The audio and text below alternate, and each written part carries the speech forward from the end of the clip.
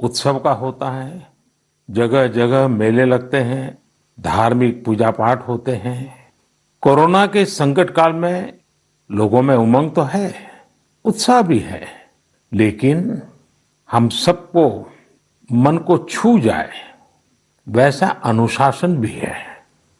बहुतेक रूप में देखा जाए तो नागरिकों में दायित्व का एहसास भी है। लोग अपना ध्यान रखते हुए, दूसरों का ध्यान रखते हुए अपने रोजमर्रा के काम भी कर रहे हैं। देश में हो रहे हर आयोजन में जिस तरह का संयम और सादगी इस बार देखी जा रही है वो अभूतपूर्व है। गणेशोत्सव भी कहीं ऑनलाइन मनाया जा रहा है तो ज्यादातर जगहों पर इस बार इको फ्रेंडली गणेश जी की प्रतिमा स्थापित की गई है। साथियों, हम बहुत बारीकी से अगर देखेंगे तो एक बात अवश्य हमारे ध्यान में आएगी। हमारे पर्व और पर्यावरण, इन दोनों के बीच एक बहुत गहरा नाता रहा है।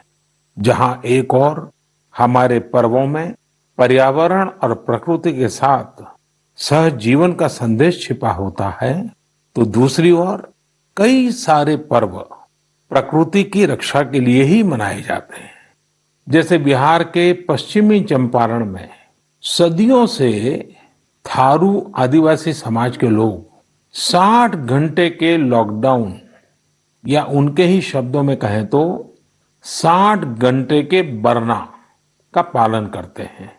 प्रकृति की रक्षा के लिए बरना को थारू समाज ने अपनी परंपरा का हिस्सा बना लिया है और सदियों से बनाया है। इस दौरान न कोई गांव में आता है, न ही कोई अपने घरों से बाहर निकलता है। और लोग मानते हैं कि अगर वो बाहर निकले या कोई बाहर से आया तो उनके आने जाने से लोगों की रोजमर्रा की गतिविधियों से नए पेड़ पौधों को नुकसान हो सकता है।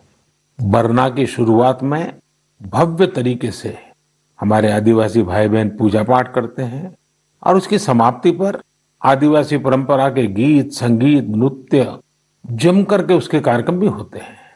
साथियों, इन दिनों ओणम का पर्व भी धूमधाम से मनाया जा रहा है।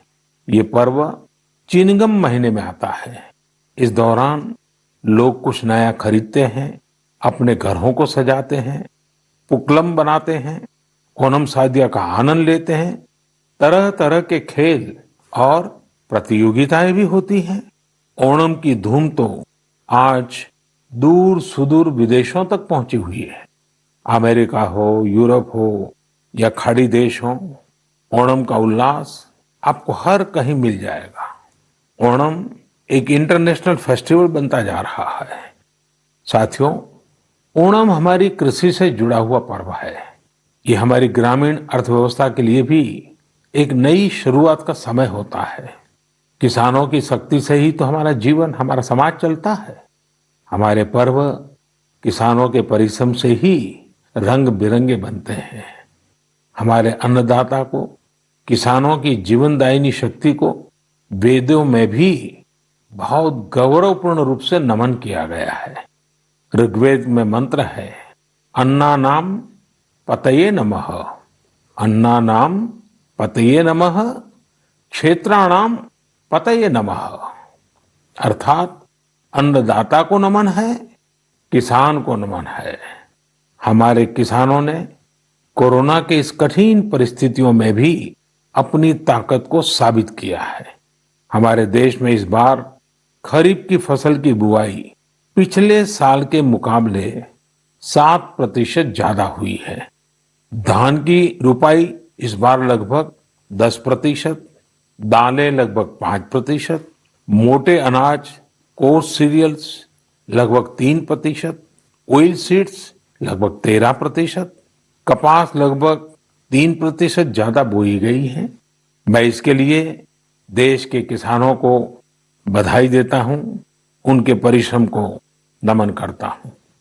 मेरे प्यारे देशवासियों, कोरोना के इस कालखंड में देश कई मोर्चों पर एक साथ लड़ रहा है, लेकिन इसके साथ साथ कई बार मन में ये भी सवाल आता रहा कि इतने लंबे समय तक घरों में रहने के कारण मेरे छोटे छोटे बाल मित्रों का समय कैसे बीतता होगा।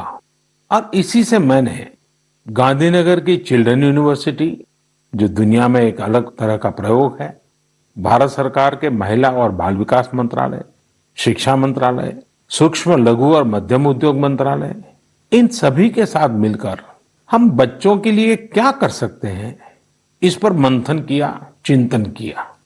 मेरे लिए ये बहुत सुखद था, लाभकारी भी था, क्योंकि एक प्रकार से ये मेरे लिए भी कुछ नया जानने का, नया सीखने का अवसर बन गया। साथियों, हमारे चिंतन का विषय था खिलौने और विशेषकर भारतीय खिलौने। हमने इस बात पर मंथन किया कि भारत के बच्चों को नए नए टॉयज कैसे मिले, भारत टॉय प्रोडक्शन का बहुत बड़ा हब कैसे बने। वैसे मैं मन की बात सुन रहे बच्चों के माता पिता से क्षमा मांगता हूं, क्योंकि हो सकता है उन्हें अब ये मन की बात सुनने के बाद खिलौनों की नई नई डिमांड सुनने का शायद एक नया काम सामने आ जाएगा।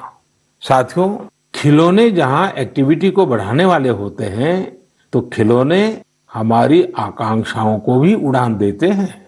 खिलौने केवल मन ही नहीं बहलाते, खिलौने मन बनाते भी हैं और मकसद गढ़ते भी हैं।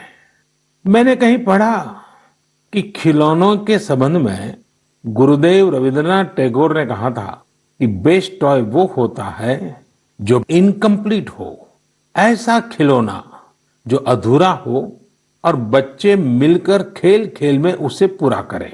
गुरुदेव टैगोर ने कहा था कि जब वो छोटे थे तो खुद की कल्पना से घर में मिलने वाले सामानों से ही अपने दोस्तों के साथ अपने खिलौने और खेल बनाया करते थे। लेकिन एक दिन बचपन के उन मौज मस्ती भरे पलों में बड़ों का दखल हो गया। हुआ ये था कि उनका एक साथी एक बड़ा और सुंदर सा विदेशी खिलौना लेकर आ गया। खिलौनों को लेकर इतराते हुए अब सब साथी का ध्यान खेल से ज्यादा खिलौने पर रह गया। हर किसी के आकर्षण का केंद्र खेल नहीं रहा, खिलौना बन गया। जो बच्चा कल तक सबके साथ खेलता था, सबके साथ रहता था, घुल मिल जाता था, खेल में डूब जाता था, वो अब दूर रहने लगा। एक तरह से बाकी बच्चों से भेद का भाव उसके मन में बैठ गया। महंगे खिलौने में बनाने के लिए भी कुछ नहीं था, सीखने के लिए भी कुछ नहीं था। यानी कि एक आकर्षक खिलौने ने एक उत्कृष्ट बच्चे को कहीं दबा दिया, छिपा दिया, मुरझा दिया। इस खिलौने ने धन का, संपत्ति का, जरा बड़प्पन का प्रदर्शन कर लिया, लेकिन उस बच्चे की क्रिएटिव स्पिरिट को बढ़ने और संवरने से रोक दिया। खिलौना तो आ गया, पर खेल खत्म हो गया और बच्चे का खिलना भी खो गया। इसलिए गुरुदेव कहते थे कि खिलौने ऐसे होने चाहिए जो बच्चे के बचपन को बाहर लाएं, उसकी क्रिएटिविटी को सामने लाएं। बच्चों के जीवन के अलग अलग पहलू पर खिलौनों का जो प्रभाव है, इस पर राष्ट्रीय शिक्षा नीति में भी बहुत ध्यान दिया गया है। खेल खेल में सीखना, खिलौने बनाना सीखना, खिलौने जहां बनते हैं वहां की विजिट करना, इन सबको करिकुलम का हिस्सा बनाया गया है। साथियों, हमारे देश में लोकल खिलौनों की बहुत समृद्ध परंपरा रही है। कई प्रतिभाशाली और कुशल कारीगर हैं जो अच्छे खिलौने बनाने में महारत रखते हैं। भारत के कुछ क्षेत्र टॉय क्लस्टर्स यानी खिलौने के केंद्र के रूप में भी विकसित हो रहे हैं। जैसे कर्नाटक के रामनगरम में चन्नापटना, आंध्र प्रदेश के कृष्णा में कोंडापल्ली, तमिलनाडु में तंजौर, असम में धुबरी, उत्तर प्रदेश का वाराणसी, कई ऐसे स्थान हैं कई नाम गिना सकते हैं। आपको ये जानकर आश्चर्य होगा कि global toy industry 7 lakh crore रुपए से भी अधिक की है। 7 लाख करोड़ रुपयों का इतना बड़ा कारोबार, लेकिन भारत का हिस्सा उसमें बहुत कम है। अब आप सोचिए कि जिस राष्ट्र के पास इतनी विरासत हो, परंपरा हो, विविधता हो, युवा आबादी हो, क्या खिलौनों के बाजार में उसकी हिस्सेदारी इतनी कम होनी हमें अच्छा लगेगा क्या? जी नहीं, ये सुनने के बाद आपको भी अच्छा नहीं लगेगा। देखिए साथियों, टॉय इंडस्ट्री बहुत व्यापक है। गृह उद्योग हो, छोटे और लघु उद्योग हो, एमएसएमई हो, इसके साथ साथ बड़े उद्योग और निजी उद्यमी भी इसके दायरे में आते हैं। इसे आगे बढ़ाने के लिए देश को मिलकर मेहनत करनी होगी। अब जैसे आंध्र प्रदेश के विशाखापट्टनम में श्रीमान सीवी राजू है। उनके गांव के अति कुपक्का टॉयज एक समय में बहुत प्रचलित थे। इनकी खासियत ये थी कि खिलौने लकड़ी से बनते थे और दूसरी बात ये कि इन खिलौनों में आपको कहीं कोई एंगल या कोण नहीं मिलता था। ये खिलौने हर तरफ से राउंड होते थे, इसलिए बच्चों को चोट की भी गुंजाइश नहीं होती थी।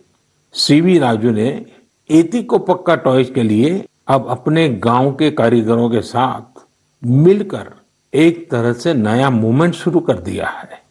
बेहतरीन क्वालिटी के एतिको पक्का टॉयज बनाकर सीवी राजू ने स्थानीय खिलौनों की खोई हुई गरिमा को वापस ला दिया है। खिलौनों के साथ हम दो चीजें कर सकते हैं। अपने गौरवशाली अतीत को अपने जीवन में फिर से उतार सकते हैं और अपने स्वर्णिम भविष्य को भी संवार सकते हैं। मैं अपने स्टार्टअप मित्रों को, हमारे नए उद्यमियों से कहता हूं, टीम अप फॉर टॉयज। आइए मिलकर खिलौने बनाएं। अब सभी के लिए लोकल खिलौनों के लिए वोकल होने का समय है। आइए हम अपने युवाओं के लिए कुछ नए प्रकार के अच्छी क्वालिटी वाले खिलौने बनाते हैं। खिलौना वो हो जिसकी मौजूदगी में बचपन खिले भी, खिल खिलाए भी। हम ऐसे खिलौने बनाएं जो पर्यावरण के भी अनुकूल हो। साथियों, इसी तरह अब कंप्यूटर और स्मार्टफोन के इस जमाने में कंप्यूटर गेम्स का भी बहुत ट्रेंड है। ये गेम्स बच्चे भी खेलते हैं, बड़े भी खेलते हैं, लेकिन इनमें भी जितने गेम्स होते हैं उनकी थीम्स भी अधिकतर बाहर की ही होती है। हमारे देश में इतने आइडियाज हैं, इतने कंसेप्ट्स हैं, बहुत समृद्ध हमारा इतिहास रहा है कि हाँ, हम उन पर गेम्स बना सकते हैं। मैं देश के युवा टैलेंट से कहता हूं, आप भारत में भी गेम्स बनाइए और भारत के भी गेम्स बनाइए।